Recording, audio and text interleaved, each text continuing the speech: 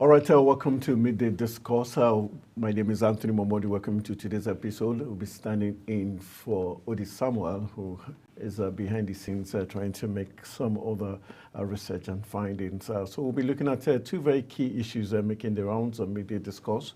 We'll be looking at the NNPCL picking September as the new commencement day for refineries. And we'll also be looking at the fact that the NLC President Joe Ajero has been invited by the Nigerian Police Force in terms of the issue of terrorism financing. We'll look at these very key issues as to the implication on the national and subnational levels. I'm not alone. I've been joined by Eddie Ken Michael, who will be helping us give us a broader perspective to these very key talking issues on today's edition of the program, Midday Discourse. Eddie Ken, nice to have you. Always just to be able to stand in for Samuel. Thanks so much. All right, let's begin our discourse. Like I said, we'll be looking at two very key issues. We begin our talking point from the fact that the Nigerian National Petroleum Company Limited has announced September 2024 as a new date for the commercial commencement of the Port Harcourt refinery. The Chief Financial Officer of the NNPCL, Omar Ajia, disclosed this while speaking with journalists in Abuja. According to him, the petroleum products will be ready for testing before it is usually supplied to the domestic market in September. Earlier, the national president of the Petroleum Products Retail Outlets Owners Association of Nigeria, Billy Gills Harry, had hinted that the refinery is set for commencement. This comes after several announcements of commencement dates that had not come to light. Let's recall that in July, Meli Kyari, the group Chief Executive Officer of NNPCL, had announced that the refinery with a combined capacity of 250,000 barrels per day would commence operation in August. Similarly, the firm had announced March and July 2024 as dates for the commencement of the refinery after its mechanical completion in December of last year. Let's look at this new date. There's been lots of issues as regards the Dangote refinery. Now, we're looking back at the Port Harcourt refinery, the fact that this, we've got 1, 2, 3, 4 postponement of the date for the refinery. Do you think September it's feasible, is realistic, looking at the time frame between now? We're already, today is the 20th day of August already, so the business end of this month is already upon us. A lot have been asked, and of course, many Nigerians are looking forward to when government can begin to be sincere about their responses. You know, what really has happened is the fact that aware of what government is saying this and what we are seeing in reality is, the other thing. So a situation where over time the NNPC have been out to tell Nigerians we are definitely going to start refining. You know, look at the issue of Dangote. How long did it take Dangote to, a private hand like Dangote to start? How long has it been that we look at the investment of federal government to that particular sector? Up till now, we can't trace back any refinery. The Port Harcourt refinery was the only visible one that it looks that all was well, and all indications show that government will begin to make some attempts in refining some of the crude there. But a situation where we've not seen these moves, and then oftentimes we're seeing government buying new presidential air fleet, we're seeing renovation of a vice president lodge, we're seeing investment in things that are not really of priority to us. What the common Nigerian on the street, Anthony, you've been speaking with a lot of Nigerians on the street, is that the prices of fuel is very high. They can't be able to afford living, house rent, many bills, and then they still have to buy fuel as high as some stations right now, 900 now, 1,000, and all of that. So the only thing that a normal Nigerian was a kind of benefiting from what it means to be, a Nigerian by way of subsidizing some of these items was issue of fuel. So now that you took away subsidy, it therefore means that you're pushing a lot of Nigerians to untold hardship. You know, a fuel that was sold at 190, 200 at that time last year, now being sold at 1,000 naira. What has been the capacity of, generation of income within the people? So you've declined the purchasing power of many Nigerians, and that is why they're asking, why are you not being sincere with us? Why don't you come out to tell us these are the problems of the refinery? These are the people that are fighting Nigeria's refineries. These are the situation. This is the corruption that we are talking of. The president, yes, it's good that subsidy was bad, was evil. evil, but why can't you in any way also fight the corruption in the oil sector? Because it has to be a transparent issue. Anthony, you agree with me that the government are not speaking, they are not being sincere with Nigerians, and that is why these things have continued to trigger reactions by many Nigerians. All right, there's been a lot of, just in the last 48 hours, we've got Mr. President did give the NNPCL the approval to use the dividends gathered for the year 2023 to pay subsidy. Are you worried that when it comes to approval for such monies to be paid to faceless person, so to say, for the lack of words, it's easy for government to give an approval. There's this swiftness and getting approval, payment done, and everything is all good. Are you worried that they don't use such approaches when it has to do with other things? You know, many people have said the government know what they're doing, they understand the situation, and sometimes our leaders, they know the problem of this country. So sometimes when citizens are on their voice, on top of their voices, you know, demanding for accountability, demanding for the right thing, not that the government doesn't know what to do, but, you know, the willpower to do all of these things has been an issue.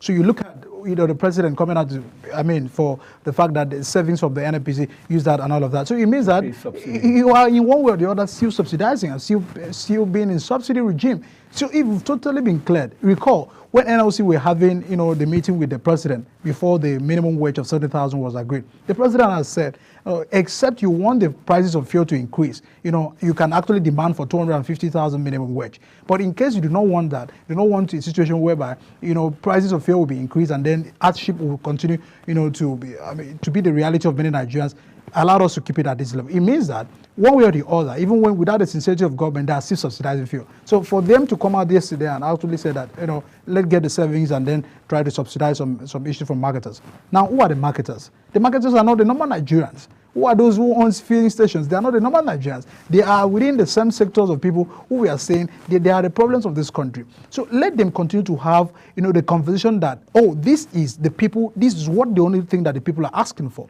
So many people are saying, this is what we want. So this is what, it's pushing also a lot of us to many untold hardship. The situation is quite very difficult for us. Can you just please do something about it? So governments are not in any way giving responses where government wants to hear. But they are fast in approval. Many approval, like you just mentioned, many issues of approval. The National Assembly is always waiting for the president to send in, you know, requests for them to grant it very easily. So what about the people? In the place of all the approval by this administration, what has been approved for the people? The people are only looking for a way of fixing a refinery, but yet it's taking a lot of time before government can begin to approve. So that's the issue and situation, Anthony. Are we confident that September is feasible, looking at the time frame between August and September? And when they said September, they were not specific to say, okay, first week of September, second week. It could as well be the last week of September. And are you confident the NNPCL leadership can take us to that direction? And there's been lots of call for the sack of Mele Kyari. What do you think it's taking the government so much time to make a decision, even when there are allegations and petitions against this same man? I attended a press conference, I think 2 weeks ago, when a group also had said they were drumming support for Kyari, that he understands the system better, and that people that are calling for his sack are the enemies of this country or the enemies of NNPC and all of that. And that he has been a man from over 1999, has been in that particular sector, so he understands the challenges and the problems. So he's the best man for the job. Saying he's the only Nigerian that was the argument of those people who held the press conference. But away from that, away from issues, away from the personalities that are involved, we are only saying that a sector that is the only hope of this country, because when you look at the fact that we are still relying, as long as many of us as statistics like a mono economy, we are still relying on the oil. It means that these are the driving force of this nation. So if we do not get it right, it means that whatever we are doing, definitely, okay, just look at the prices of fuel that increase. Look at how the thing triggered down to food. Look at the inflation statistics of food inflation. Look at the issue of statistics and all of those transactions, transportations, issues of rent for many people living in the major cities and all of this contribution. Therefore means that, fuel controls almost, our economy, because a market woman who intends to move our trade from this particular location to the other definitely has to import, has to transport. And the cost of transportation also determine prices of goods in the market. So it means that this is the only thing that many Nigerians are very much interested in. But there was not a conversation about it. Many Nigerians did not know much about it prior to this time. So for people to start calling, oh, NNPC chairman, you have promised many Nigerians, last year, December, you told us that the refinery will start working, but what happens to the refineries? January down to August, we are still arguing the issues of refinery. We can't see any workable refinery up to today. Dangote is up and doing, but we are seeing some people trying to frustrate the effort of Dangote refinery and all of this. All of this has continued to trigger anger within the Nigerian people. So it's right time government they know what to do. They start doing it and start showing signs that they want to do it. It's not about September, October, if they want to fix it next week, Anthony, if the government want to fix that refinery to work next week, definitely they can. All right, they've not come out specifically to say it's yes, at the point they did say mechanical side of the refinery, that was what was holding it. Now they're done with that. They've not come out to say specifically. It's because of this area, this specific area, that's why we're not starting operations. And looking at capacity, 250,000 barrels per day, is that enough?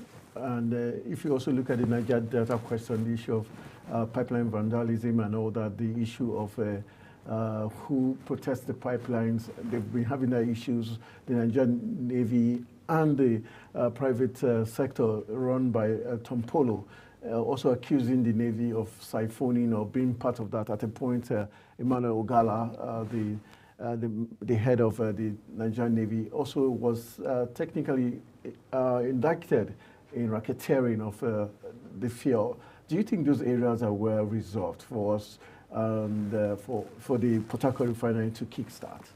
You know, when you look at issue of generation, you know, our problem majorly, yes, we can say over 250,000 barrels per day have been targeted. We've seen the many challenges of insecurity to find the local refineries, you know, are everywhere. So we can identify them to be also the factors that are also, you know, discouraging the effort of NNPC.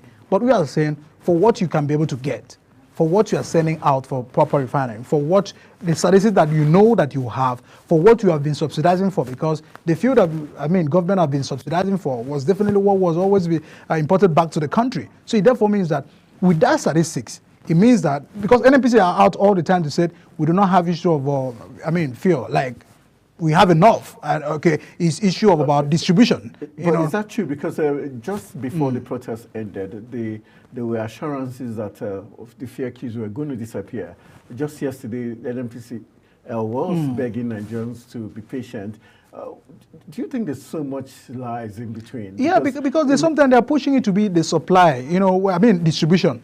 According to, I've also listened to IBMAN, the independent, the marketers. The protest at the point. Yeah, now sometimes they said logistics, the issue of distribution, the issue of the protest and all of that. But, you agree with the fact that, distribution is also a thing. Okay, we can actually give them the benefit of that. But for how long would distribution take? We've had protests, that ended over a week now. So what happens that we are still having queues in major stations? People are now going into panic buying. So people want to buy so that they can stop because they don't know what will happen tomorrow.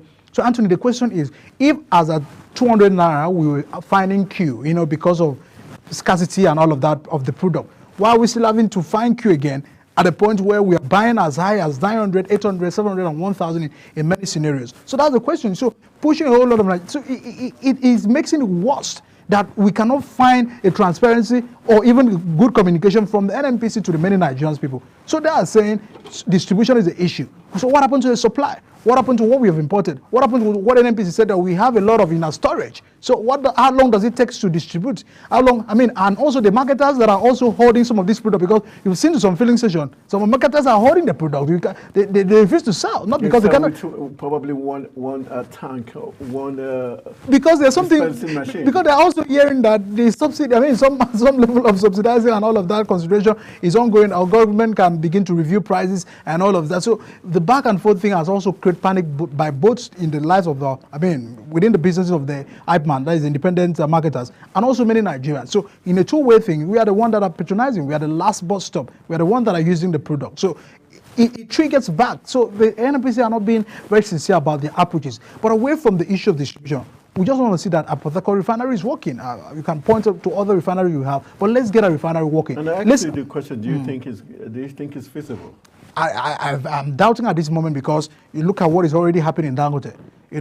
Dangote was given all the support. Lagos government gave Dangote, a land, at 100 million or thereabouts. So he had, $100 million. So he has also come out to say that, in fact, I enjoyed good support from the last administration. I didn't borrow from the CBN and all of those boosting and all of that. So there was a lot of level of support given to him by the last federal government.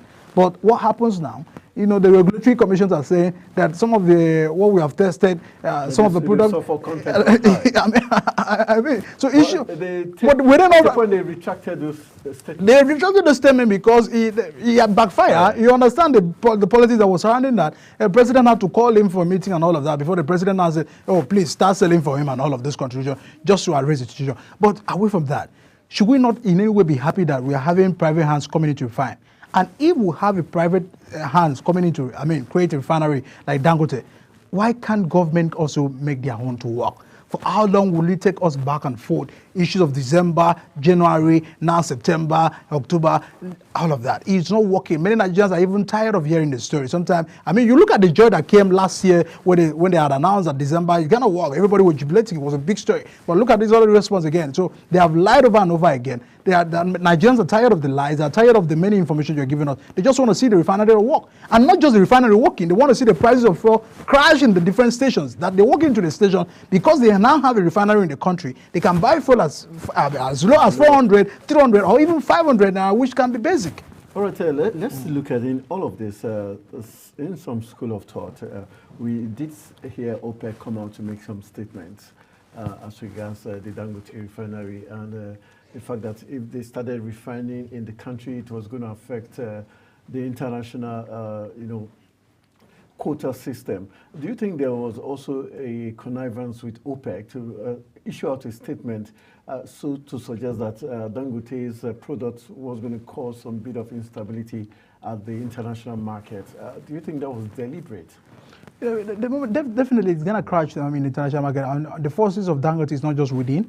We also have to acknowledge the fact that we also have, foreign hands are also trying to undermine that interest and all of that. So the consideration, because they know that at the moment where Dangote start refining and then it's an operational full, it therefore means that all of those importations, the gains that many countries are making from Nigeria one way or the other, and many people who have oil wells outside the country and all of that will be frustrated. So Dangote was a way of also crashing a lot of business. Yes, we do not want monopoly, but why are we trying to glorify a foreign monopoly? Yes, Dangote seems to be monopolic in his approach, but why are we trying to say, okay, fine, getting it from outside is the best? So the different government agencies had to gang up, just to be able to alter the statement that they made. Well, the president has actually put it right, because I wonder if the president didn't react by advising that NNPC, starts selling in Naira to the Dangote. We don't know how the issue would have been now. We saw the fact that Dangote was trying to also make comment like, I regret coming in to invest in the country. And many people were saying that even the rich are also crying in this time, that sometimes policies of government is not just affecting the poor, that the rich are also being affected one way or the other. But we give it to Dangote because it also takes a man who is passionate about, one, he wants to make business. He wants to. He's not passionate. he's not passionate here.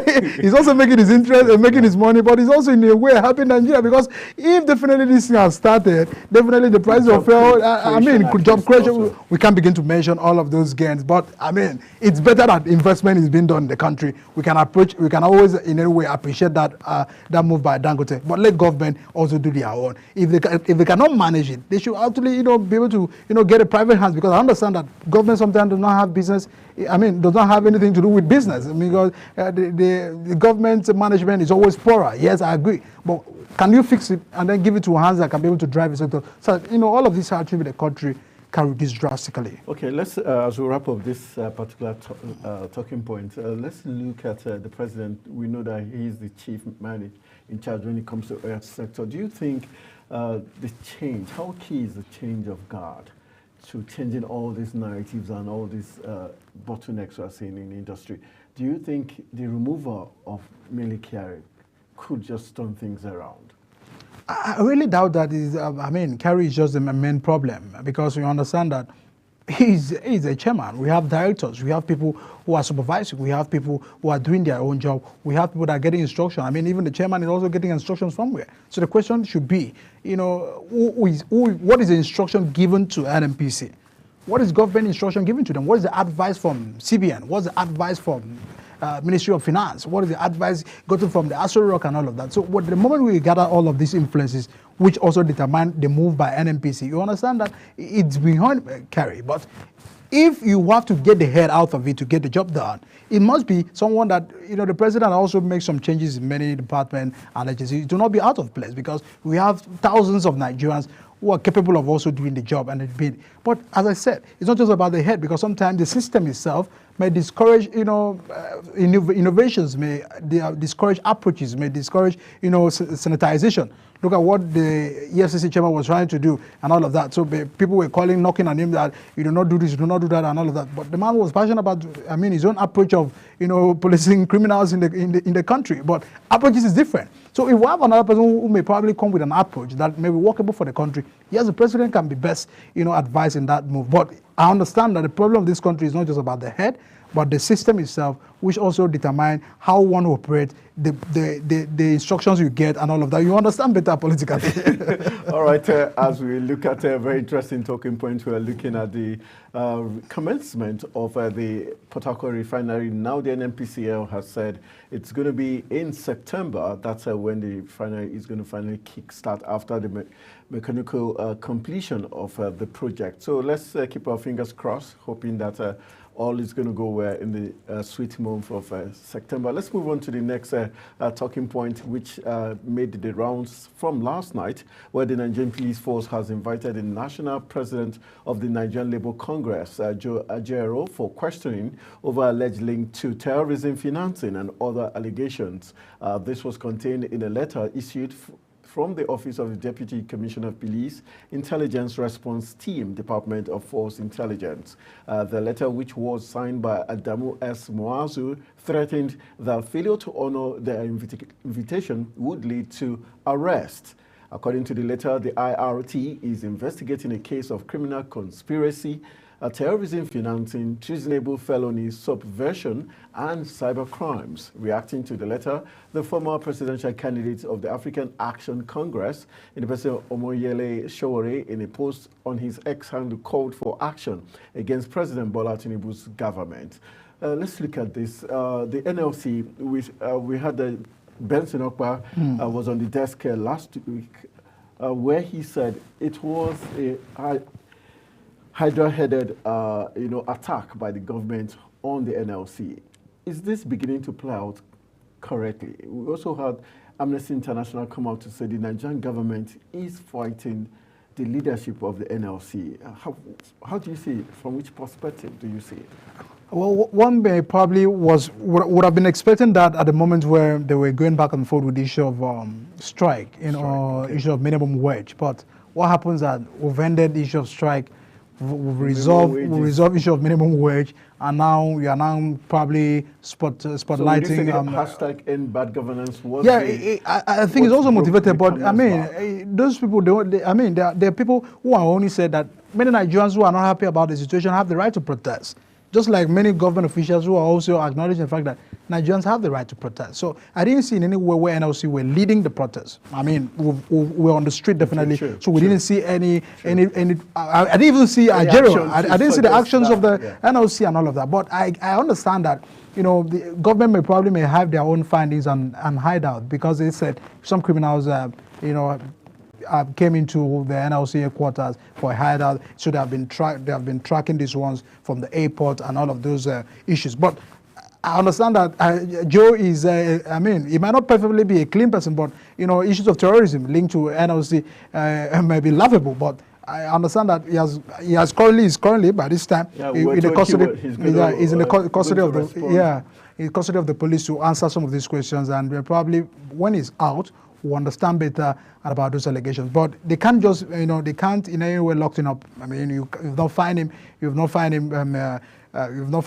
guilty of the offense. So definitely you can actually try him in court. So it's about questioning. So I feel the panic should only be the fact that yes, probably there is what they have gotten. There are some information and intelligence gathering they have within their disposal, and that's the reason that I invite him over. But it shouldn't be in victimization. It shouldn't be silencing the voices of people or trying to speak. Looking more like intimidating the... I mean, the approaches of intimidation, you look at the arrests currently, over 1,000 protesters are still having in the custody behind bars because of the last protest. But what happened? What was the offense? Yes, I understand holding foreign flags, Russian flag was condemned totally. But what happens to the people who were just randomly innocent people picked? Because there are people that the police were randomly picking on the street just because to probably arrest the situation.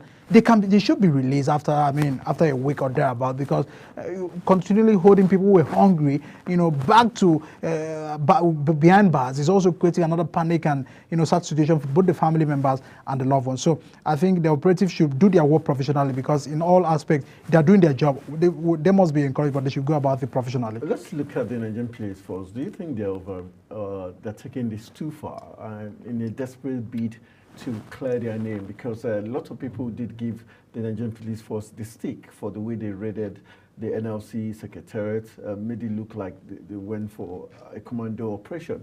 Do you think they're trying to clear their name by insisting that they've got details of terrorism, financing, and subversion?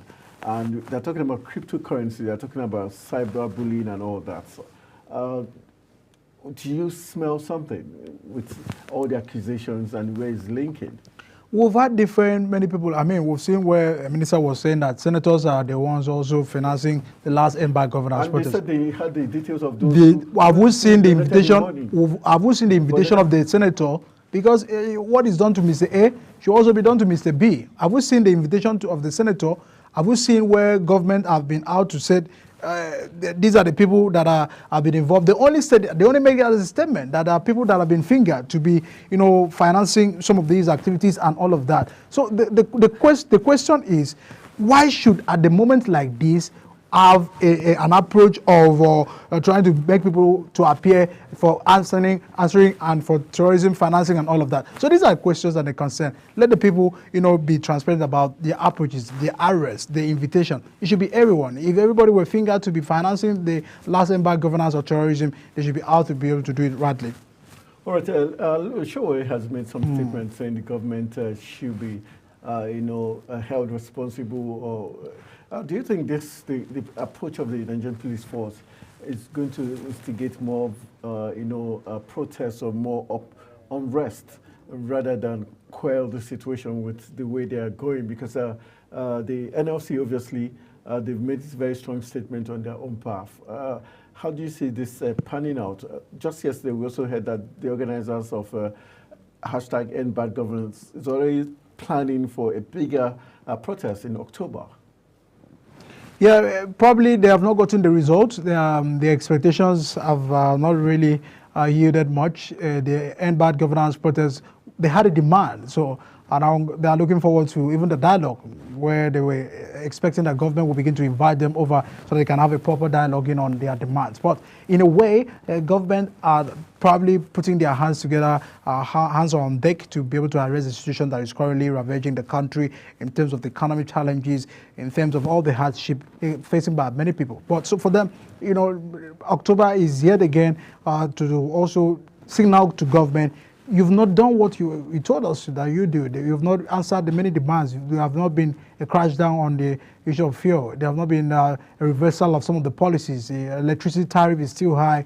Fuel is still high. Many statistics of the country's expenses is still on the high side for many Nigerians. So they can probably be justifiable to also in any way. But protest is not just a way. I mean, when you understand about one thing about negotiation, sometimes you use a peaceful negotiation, you also sometimes you may engage in some protests like that. But at the point where the protesters have used the means of demonstration, they should also be able to create a room where they can sit and understand that government are doing their best. And for government on their part, they should be sincere about their approaches. It's not every time that you're telling us you've done this, you've done that. But I mean, on the grassroots, many people are not feeling the impact of what you're doing. So there should be a proper follow-up by government. There are many fantastic policies of government that is a fantastic one. It's a good initiative, but how far with the implementation? Issue of, palliative that was distributed. How many people have been a beneficiary of that palliative? And for how long will we continue to give palliative for the people? and giving it through the same route. And giving it through the same route. Works. Governors, sometimes governors distribute it through their party, wards chairman and party officials. And when they now take it to the grassroots, which is the ward or the villages, they now say, you did not support the president. We cannot give you rice. We did not support the senator. So we are not, please leave and all of that. So about the people that cannot even struggle to. How many people who are even political, are even interested about the politics and all of that. So there should be another means of distribution. Because sometimes some of these government ideas are fantastic. You look at the school feeding program, that have several allegations surrounding it and all of that. So what happened? It was a good initiative. If it had gone down to the grassroots, where many kids are out of school because of hunger, they cannot afford to eat to go to school and all of that. All right, I'm still looking at the police attack on the NLC. Some persons have said you're talking about terrorism financing.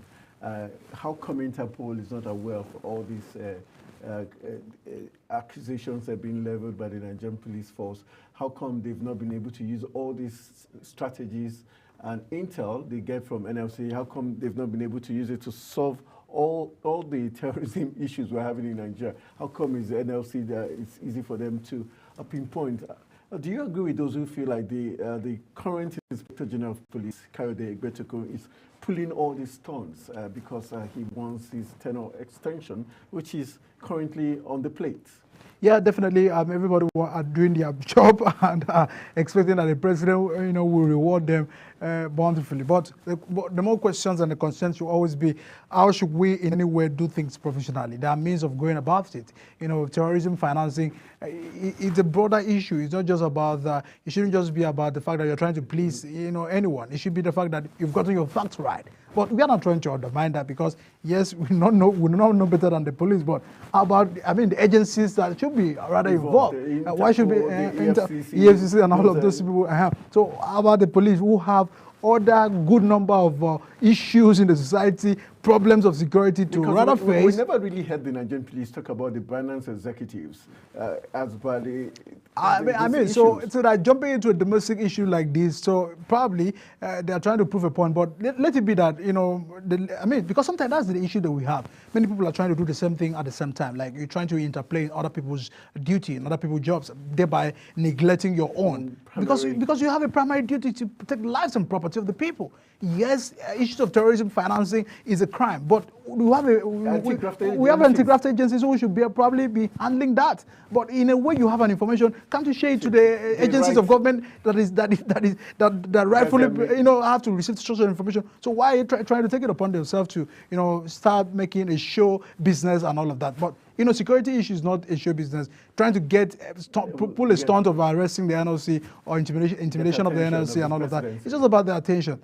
It's not the problem of the many. NLC, as with the last we checked, is not a problem of this country. We have different issues that we are trying to look at to. Different insecurity. Farmers cannot go back to the farm because of insecurity. Can our police get details of who are those that are aberrating our farms and all of that? The illegal money in Zamfara. We are having illegal stealings of vehicles in FCT and major cities. Can we get the arrest of these ones? We have seen people going to people's houses for kidnapping and all of that. Can we get the arrest of these ones? Why should it be issues of financing where we know that the appropriate body is in charge to handling such a sensitive issue? So it's a priority, issue of priority, Anthony. All right, we'll go for a very quick break. In case you're just joining us, it's Midday Discourse, and we're looking at key issues making the rounds midday right here in Nigeria.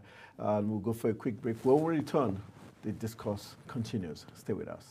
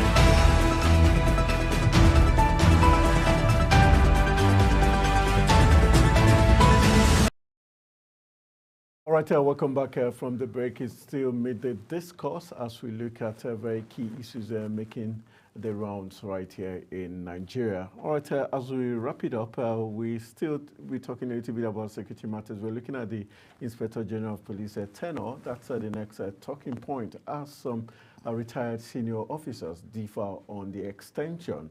Just to let you know that some retired police officers have disagreed over the rumored plan to extend the tenure of the Inspector General of Police, Kayode Egbetokun, who was appointed on June 19, 2023, is expected to retire September 4th, 2024. However, his stay in office might be extended if the amendment to the Police Act comes to pass. The bill, though passed by the National Assembly, has yet to be signed by President Bola Tinubu. Speaking in an interview on Monday, a retired Deputy Inspector General of Police, in the person of Adedayo Adeoye, urged the President not to sign the bill extending the tenure of the IG. But a retired Commissioner of Police, Lawrence Alobi, welcomed the rumored planned extension, saying it would allow the IG to perfect his plan for the police. According to Alobi, such an extension is not new to Nigerian police force. A retired Assistant Inspector General of Police, Ali Amodu, said the choice was the President to make. A very interesting take. We did see that during the reign of the former President Muhammadu Buhari, he did extend the tenure of then Inspector General of Police, and at a point they had to even lay off some senior officers just to have this current Inspector General of Police take that role.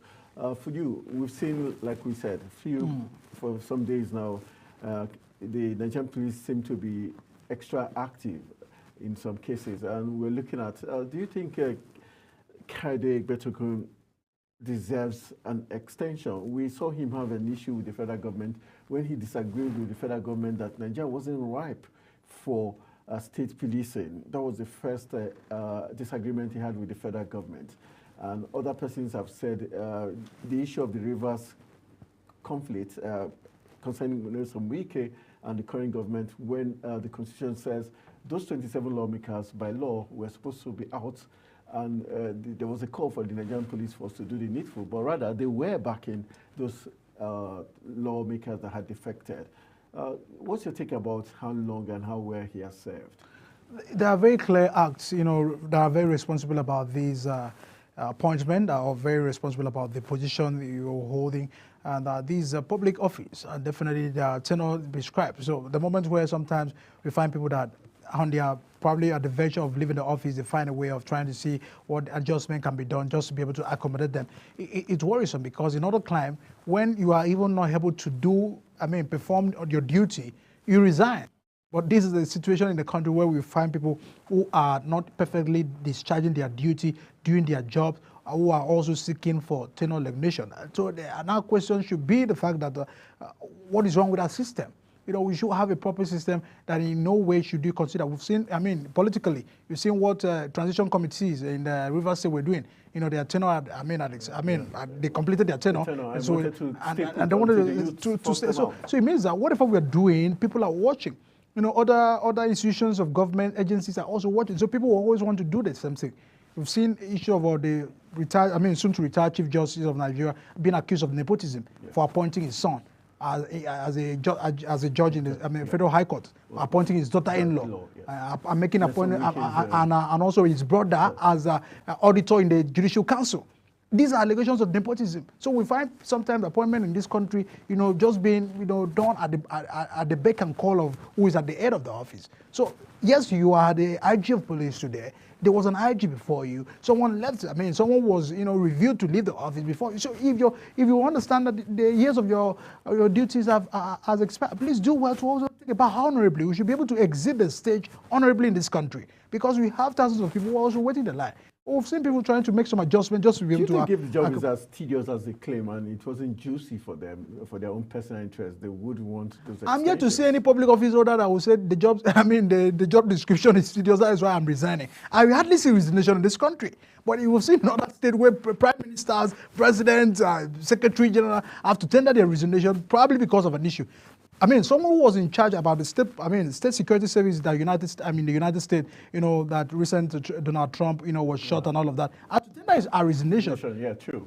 Definitely. After she spoke with... After she spoke, yes, that she felt. Why did you allow that to happen in U.S. and all of that? So these are the crimes where people, hold, responsibility. I mean, we hold people integrity and are responsible for every actions that happens within. All right, as we wrap up. But we've seen different killings in this country. We've seen many things goes wrong in terms of security. We've seen even the Federal Capital Territory not more safe for people to stay, kidnapping, issues of all of this internal security, and the police is actually asking for to elongate his tenure. Let's wrap it up.